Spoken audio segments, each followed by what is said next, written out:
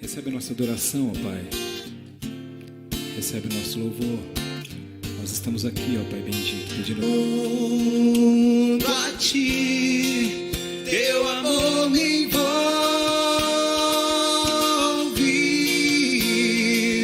atrai-me pra o Teu lado estar. Espero em Ti e subo como águia nas asas do Espírito. Contigo voarei no poder do Teu amor.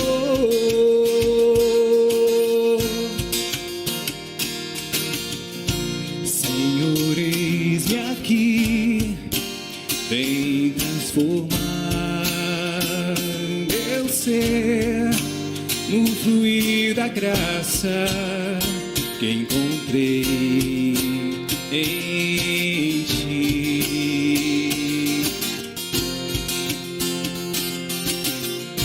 Senhor, descobri que as fraquezas que há em mim podem ser vencidas no poder do Teu amor. Junto a Ti, junto a Ti, Teu amor me envolve,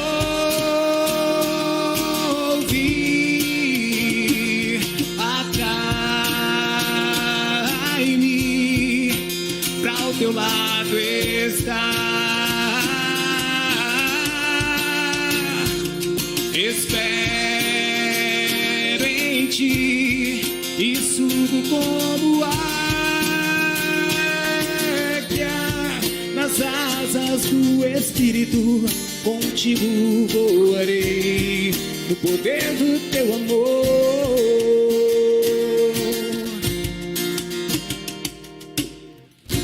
Face a face, quero ver-te, meu Senhor, e conhecer o amor que habita em mim. Habita em mim. Vem renovar minha mente em Teu querer, meus dias viverei no poder do Teu amor. Junto a Ti, junto a Ti, Teu amor me envolve,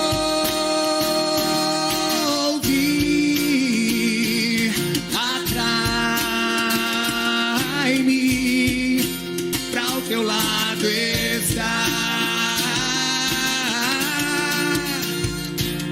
Espero em Ti e subo como águia nas asas do Espírito. Contigo voarei no poder do Teu amor. Junto a Ti, junto a Ti, Teu amor me envolve,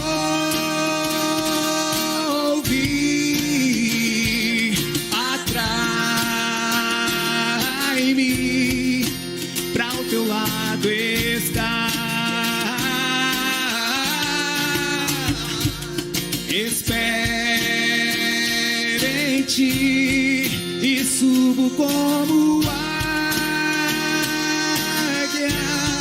nas asas do Espírito. Contigo voarei no poder do Teu amor. Nas asas do Espírito, contigo voarei no poder do Teu amor.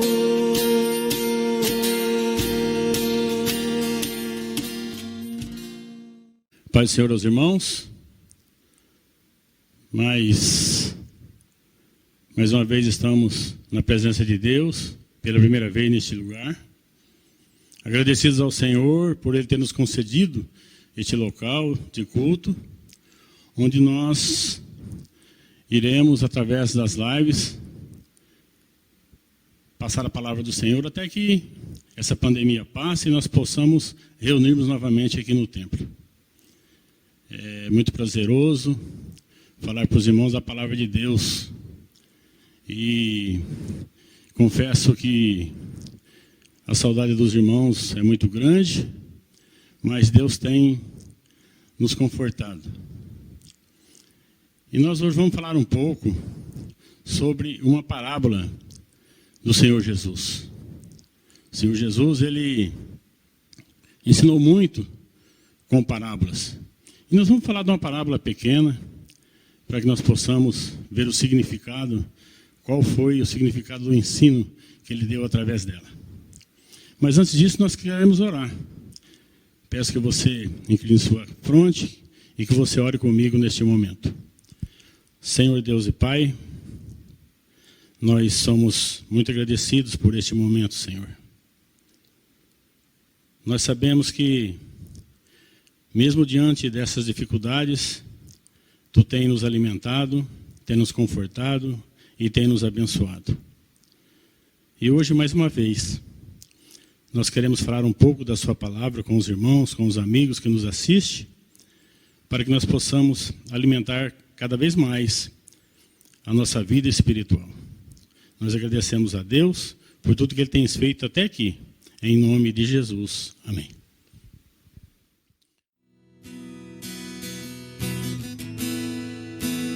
Todos necessitam de um amor perfeito, perdão e compaixão. Todos necessitam de graça e esperança, de um Deus que salva.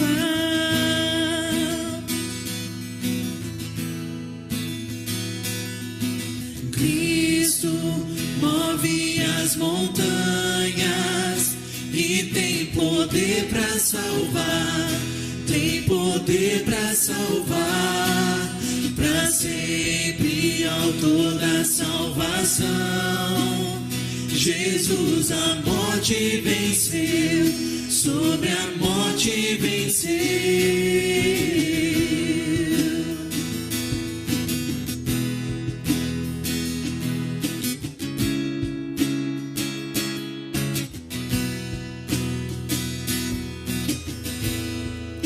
Me aceitas com meus medos, falhas e temores. Enche meu viver, a minha vida entrego pra seguir teus passos. A ti me rendo.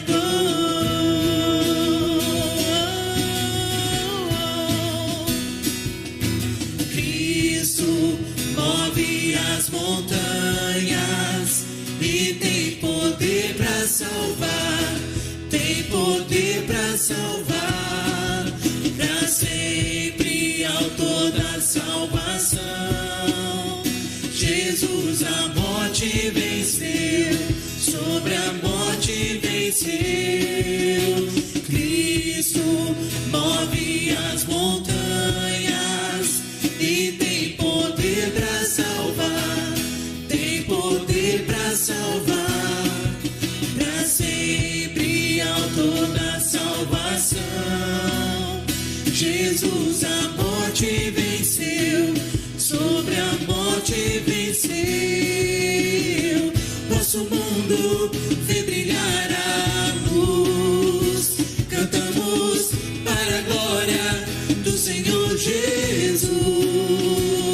Cristo, nosso mundo vê brilhar a luz, cantamos para a glória do Senhor Jesus.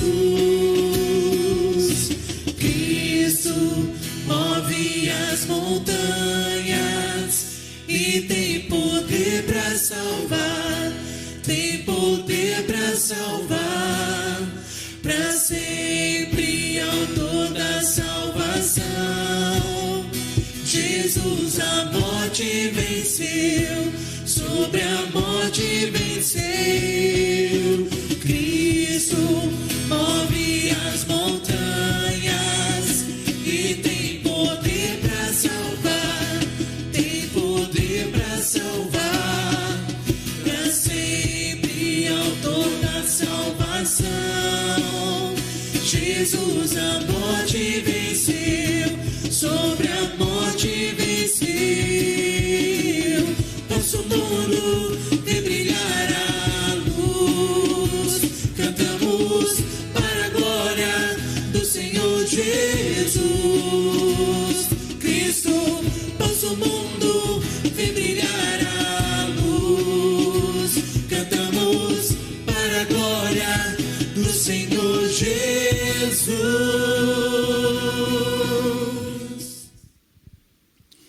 Bom, irmãos,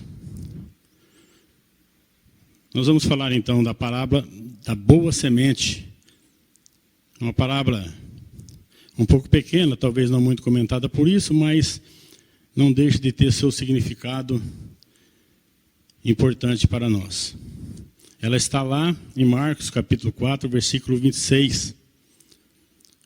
E disse assim: o reino de Deus é assim como se fosse um homem que lançasse semente à terra, e dormisse e se levantasse de noite ou de dia, e a semente brotasse e crescesse, não sabendo ele como, porque a terra por si mesma frutifica, primeiro a erva, depois a espiga, e por último o grão cheio na espiga.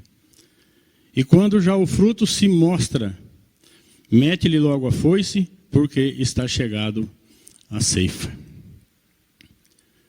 Então, Jesus ele nos ensina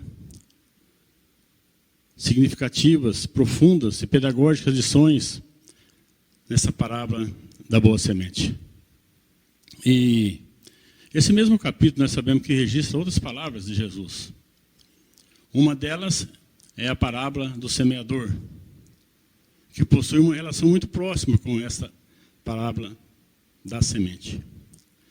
De forma direta é possível dizer que ambas as parábolas ensinam com o mesmo princípio, porém de ângulos diferentes. A parábola do semeador, ela destaca a responsabilidade do ser humano, isto é, a semente que cresceu e deu fruto foi aquela que caiu em um bom solo. O solo, sabemos, é uma representação de um coração que responde de forma favorável à pregação do Evangelho. Jesus, então, ressalta que tudo o que o agricultor faz é esperar e confiar. Ele sabe que a semente germinará, crescerá, amadurecerá e, por fim, chegará o momento certo da colheita. Podemos notar esse mesmo princípio no reino de Deus.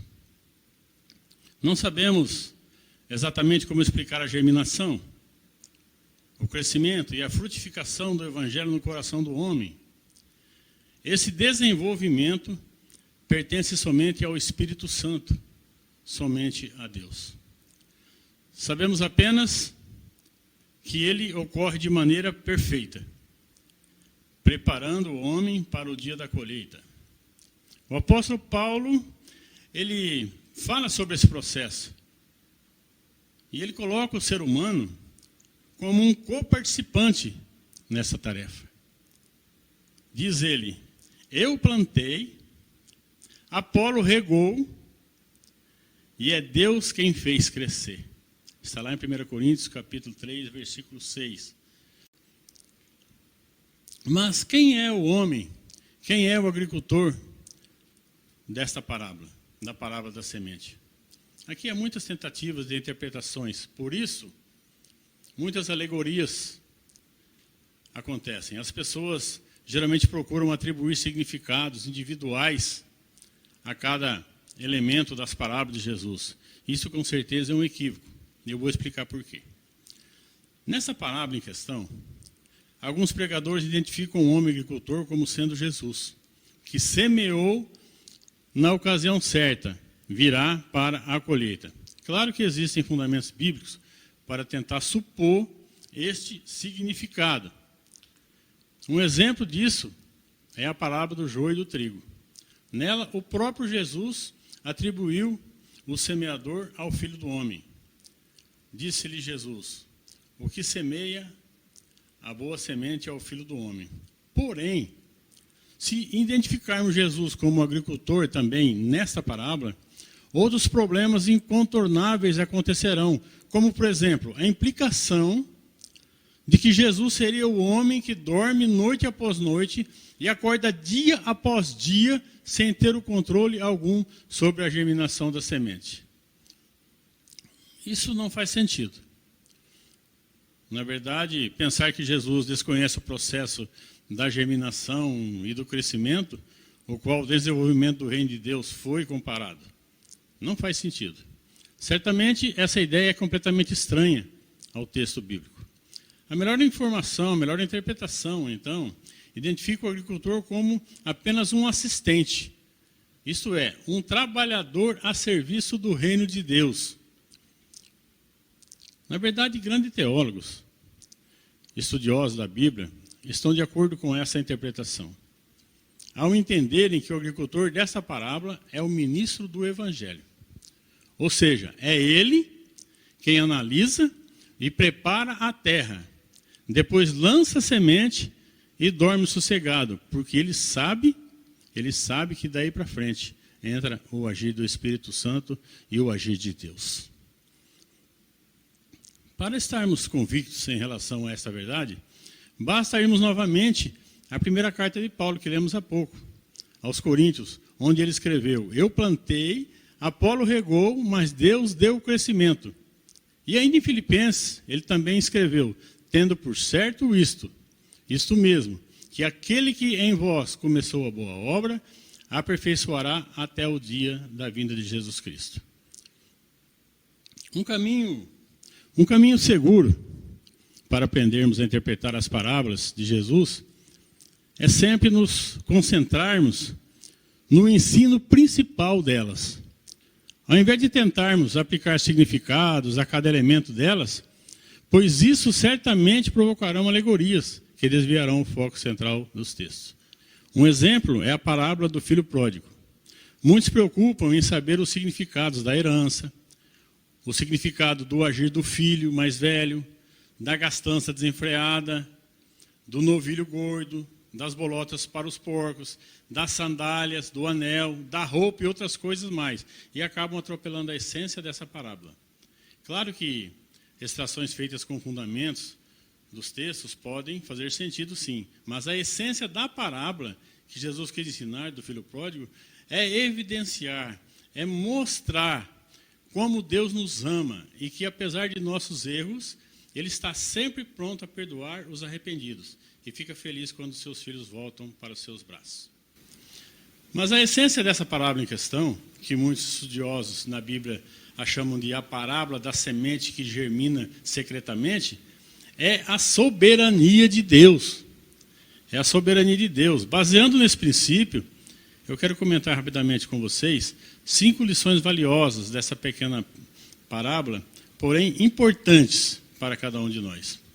E a lição número 1 da parábola da semente ensina que Deus é soberano e somente Ele tem o controle da operação da salvação. É Deus quem dá o crescimento. E isso é uma obra exclusiva dele. Algumas pessoas acreditam que podem colaborar com Deus no processo da salvação. Mas perceba a expressão do versículo 28. Porque a terra por si mesma frutifica.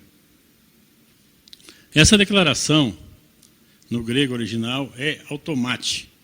Literalmente se traduz como automaticamente. Isto é, esse crescimento ocorre sem nenhuma influência humana externa. Lição número 2. A parábola da semente ensina também que Deus dá o crescimento e sabe o tempo certo de colher. Quando uma semente é plantada, ela germina, cresce, amadurece, produz frutos, e se os frutos não forem colhidos no tempo certo, podem se perder. Esse princípio também traz uma lição importante sobre o agir de Deus. É Ele quem dá o crescimento. E também é Ele, somente Ele, quem sabe o momento da colheita. Esse momento já está determinado desde a eternidade, segundo o bom propósito da vontade soberana de Deus. Lição número 3. A parábola da semente nos ensina também que a colheita é o momento da vitória. A colheita terá a hora certa para acontecer. Ela não ocorrerá nem antes e nem depois. A Bíblia diz, inclusive, isso lá em 2 Pedro, no capítulo 3, versículo 9. O Senhor não retarda a sua promessa, ainda que alguns a tenham por tardia, porém é longânimo para convosco, não querendo que ninguém se perca, senão que todos venham a arrepender-se. Devemos aguardar ansiosamente este dia, constantemente, logicamente, nos preparando e confiando que Deus está no controle. Por quê? Porque todas as nações serão reunidas diante dele. E ele separará uns dos outros, como o pastor separa as ovelhas dos cabritos. E porá as ovelhas à sua direita, mas os bodes à sua esquerda. É o que diz Mateus 22, 32, 33. Lição número 4.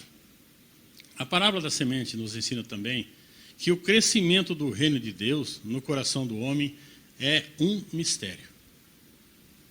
Ninguém consegue explicar a forma com que o Evangelho impacta a vida de alguém.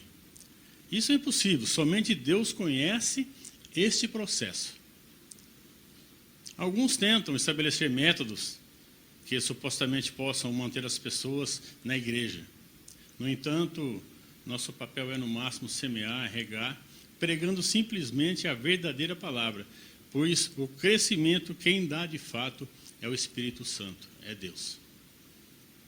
Há pessoas que se julgam, estrategicamente, os mais importantes nas igrejas, como se pela sua capacidade de pregar, de louvar ou liderar, alguém venha realmente a ser salvo. Lê do engano, meus irmãos. O engano. Indiscutivelmente, o apóstolo Paulo foi um grande homem de Deus. Apolo é reconhecido entre os estudiosos como um dos maiores pregadores da história da igreja. Porém, nenhum deles foi responsável pelo crescimento do evangelho no coração do homem. Lembram da afirmação de Paulo, lá em 1 Coríntios 3,6? Eu plantei, Apolo regou, mas Deus deu o crescimento. Amém? Agora, a quinta e última lição. A parábola da semente nos ensina que o cristão deve ser paciente como um agricultor. Ao pregarmos a palavra de Deus, a preservação e a paciência, a perseverança e a paciência devem fazer parte da espera do resultado, que por certo acontecerá. Nós que já vivemos na roça sabemos perfeitamente disso. Eu me lembro, falando nisso, de que quando eu morava na roça, meu pai preparava a terra, ele semeava e íamos para casa. Aí vinha chuva e meu pai falava assim, daí uns 2 dias, filho, pega um animal e vai dar uma volta na roça, vê se as sementes já nasceram. E eu pegava um animal e ia dar uma volta em volta da roça. E nada, não tinha nascido nada. Eu chegava em casa e falava, pai, não nasceu, não brotou nenhuma semente. Aí no outro dia ele falava, vai lá de novo, dá outra olhada. Ele não desanimava, não desistia. Aí eu ia, chegava lá, aí eu olhava e já via já alguns brotinhos saindo da terra. Aí eu chegava em casa e falava para ele, pai, está nascendo, está brotando. Aí ele dizia, graças a Deus está nascendo. Então, ele não desistia, sabe? Ele sabia que ia nascer, ele tinha certeza disso. Né? Ele tinha certeza disso. E o mesmo se dá, irmãos, com o Evangelho. Quando semeamos, não devemos desanimar quando não vemos resultados imediatos. Jesus nos ensinou que esse processo exige paciência. Ele disse, o agricultor dorme e acorda, dia após dia, até que de repente, de maneira maravilhosa, a semente germina e desponta na terra. Está lá no versículo 27 e 28 do capítulo 4, que nós lemos no começo. Assim como a semente amadurece, né, no tempo certo, assim também o fruto do trabalho do pregador aparecerá, irmãos. Não desistam de ninguém. Não desistam de ninguém. E para fechar, eu gostaria que vocês me acompanhassem numa leitura que está em Tiago, capítulo 5. Eu vou ler aqui na palavra para vocês. Se você quiser acompanhar, pega a sua palavra aí, sua Bíblia, e acompanhe comigo. Tiago, capítulo 5, versículo 7 e 8. É onde exorta a paciência. Diz assim o versículo 7. Sede, pois, irmãos, pacientes até a vinda do Senhor. Eis que o lavrador espera o precioso fruto da terra, aguardando-o com paciência, até que receba a chuva temporã e serôdia. Sede vós também pacientes, fortalecei o vosso coração, porque já é vinda a hora do Senhor, e ela está próxima. Então, irmãos, que o Senhor Jesus nos dê paciência e fortalecimento em seus ensinos, para que possamos trabalhar no reino de Deus e fazer parte também da sua colheita no dia da sua vinda. Que Deus nos abençoe e nos dê ensinos como essa parábola, para que nós possamos estar preparados para esse grande dia. Deus os abençoe.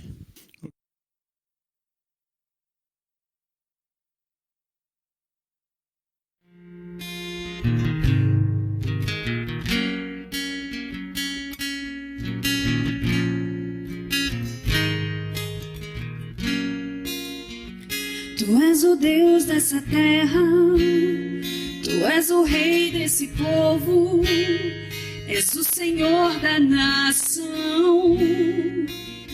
Tu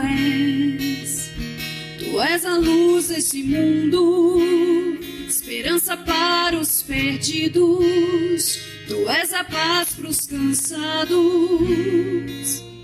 Tu és. Ninguém é como o nosso Deus. Ninguém é como o nosso Deus.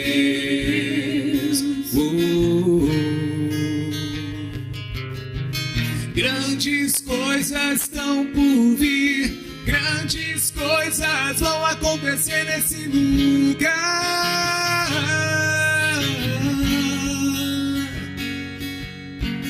Grandes coisas estão por vir, grandes coisas vão acontecer nesse lugar.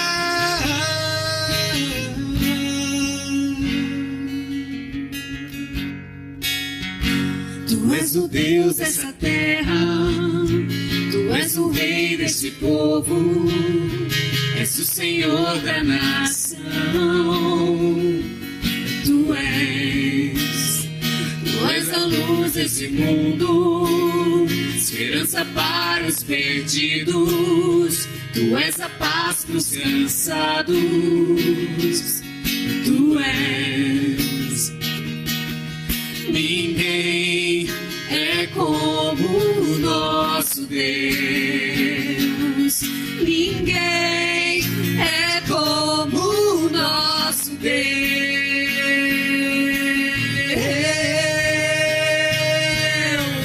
Grandes coisas estão por vir, grandes coisas vão acontecer nesse lugar.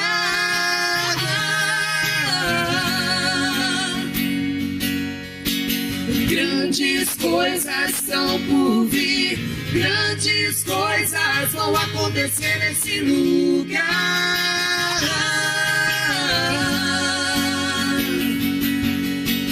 Grandes coisas estão por vir, grandes coisas vão acontecer nesse lugar.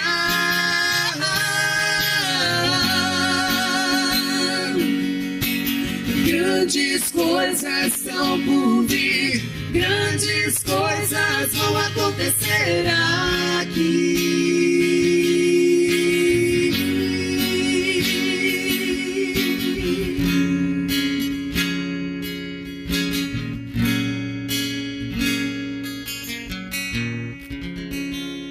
Ok, irmãos, graças a Deus que nós ouvimos a palavra do Senhor, ouvimos o louvor a Deus, e isso nos engrandece como filhos de Deus, e com certeza engrandece o Senhor, porque Ele é o único merecedor desses louvores, né?